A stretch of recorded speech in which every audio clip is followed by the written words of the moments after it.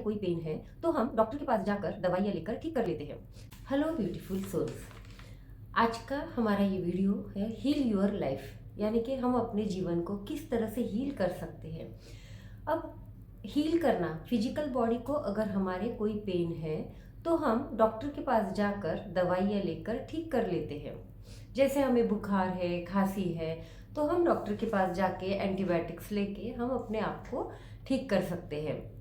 लेकिन फ्रेंड्स, जब हमें हमारे मन को तकलीफ होती है, हमें अशांति का एहसास होता है, जब हमें मानसिक दर्द होते हैं, जब हमें भावनात्मक दर्द होते हैं, फिर उसका इलाज हम कैसे करें, उसे हम ठीक कैसे करें, तो इस वीडियो में जानते हैं कि इमोशनल पेन को हम किस तरह से दूर कर सकते हैं।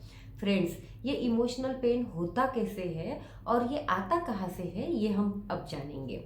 फ्रेंड, कभी कभी हम नकारात्मक भावनाओं से जूझ रहे होते हैं और हमें पता ही नहीं होता कि हम नकारात्मकता से जूझ रहे हैं।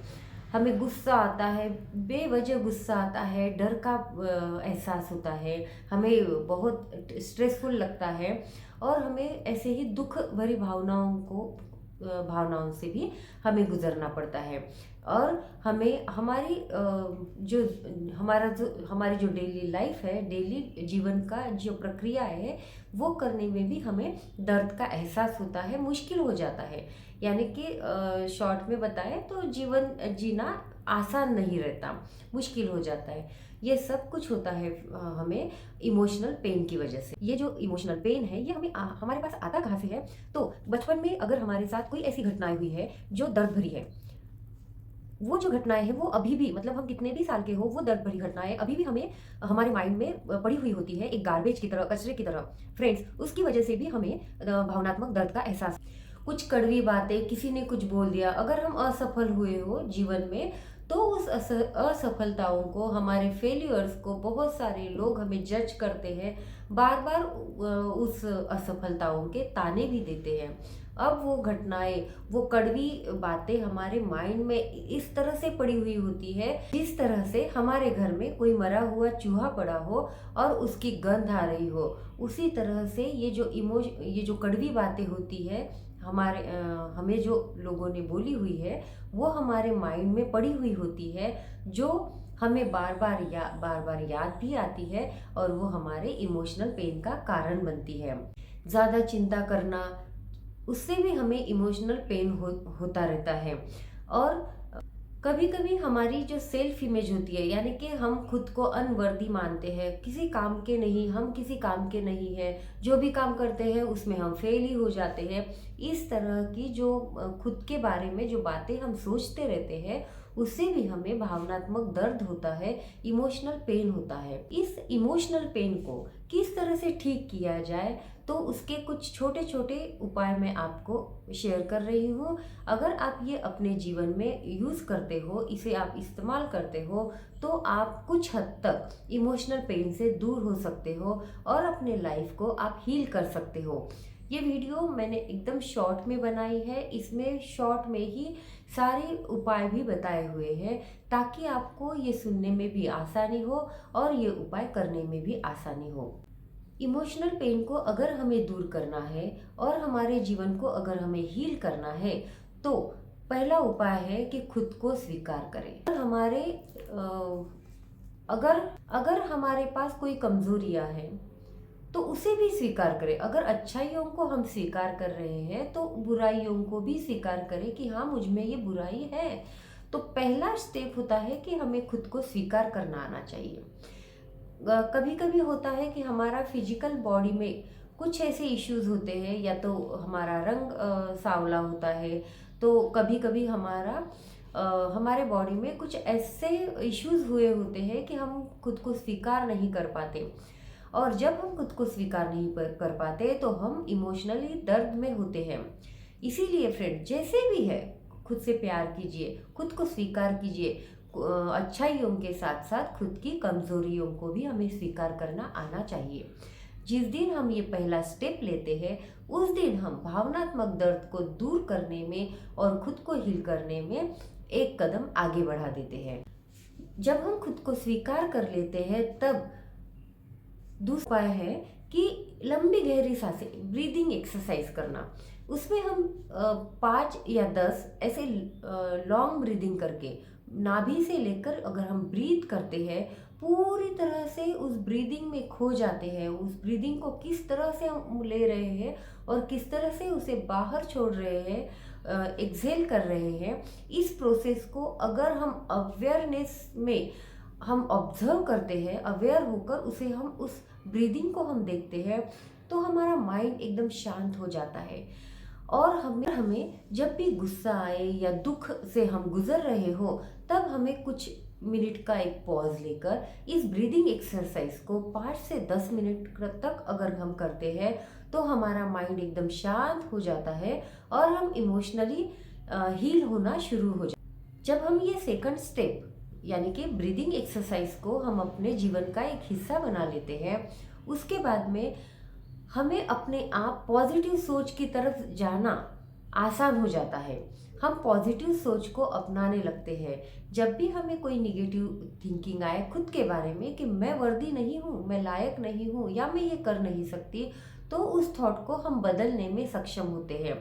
जब भी ऐसे निगेटिव थॉट हमारे माइंड में आते हैं, तब हमें उसे रिप्लेस करके नहीं, मैं कर सकता हूँ, मैं बहुत मजबूत हूँ, मैं बहुत स्ट्रांग हूँ, मैं ये कर सकती हूँ या कर सकता हूँ, इस तरह की अफर्मेशंस यहाँ पर काम करती है।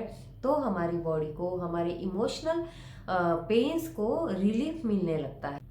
जब हम ये तीसरा स्टेप यानी कि हम हमारी निगेटिव सेंटेंस को पॉजिटिव सेंटेंस में कन्वर्ट करना जान जाते हैं या करने लगते हैं, तब चौथा स्टेप होता है कि माफ़ करना, फॉरगिव करना। ये आसान हो जाता है क्योंकि हम अब जान चुके हैं कि निगेटिव थॉट्स हमारे माइंड में चल रहे हैं, हम अपनी कमज़ोरियों को जान चुके हैं, तो हमें माफ़ करना, फॉरगिव करना आसान हो जाता है। अब ये जो फॉरगिव हम करते हैं, तो ऐसा नहीं है कि हम दूसरों को फॉरगिव कर रहे हैं, हम खुद को फॉरगिव करते हैं। हम अपने आप को माफ़ करते हैं कि मैंने इस इमोशनल दर्द को पकड़ के रखा है। किसी ने हमें कुछ कह दिया, उन्होंने तो अपना काम कर दिया, लेकिन उस दर्द को हमने अपने माइंड में जगह दी, अपने दिल में जगह दी, तो हम खुद को माफ़ करते हैं कि मैंने उस दर्द को मेरे अंदर, मेरे माइंड के अंदर, मेरे दिल के अंदर रहने के लिए जगह दी, मुझे माफ़ कर दीजिए कि उस दर्द को मैंने पकड़ के रखा। जब हम खुद को माफ़ कर देते हैं तो हल्का महसूस करते हैं।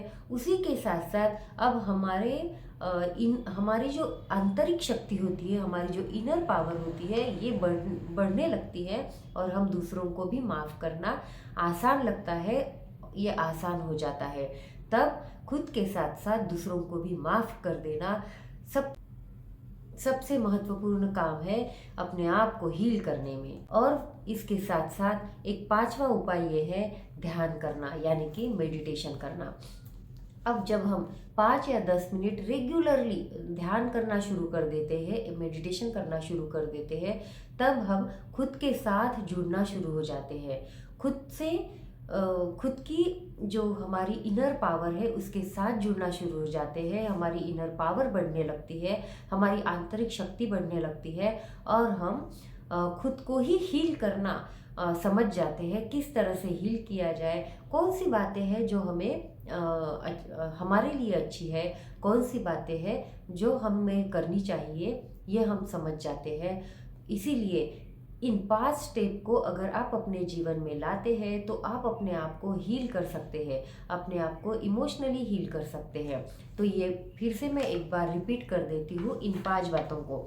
उसमें सबसे पहला है खुद को स्वीकार करें, खुद को स्वीकार करिए। खुद को स्वीकार करने के बाद आप ब्रीदिंग एक्सरसाइज कीजिए, लंबी गहरी सांसें लीजिए, ताकि आप खुद को पॉजिटिव बना सके, खुद को हल्का महसूस करवा सके।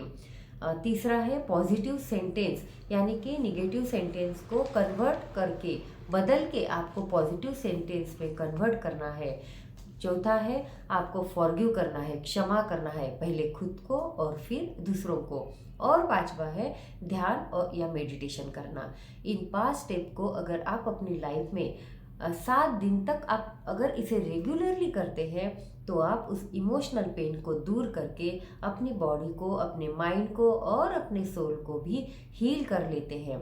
फ्रेंड्स, अगर आपको ये बताई हुई टिप्स और उपाय आपको पसंद आए हो, इसका आप प्रयोग कीजिए और कमेंट्स कीजिए कि आपको ये वीडियो कैसी लगी और इनमें से कौन सा उपाय करके आपको बहुत हल्का महसूस हो रहा है और अच्छा लग रहा है।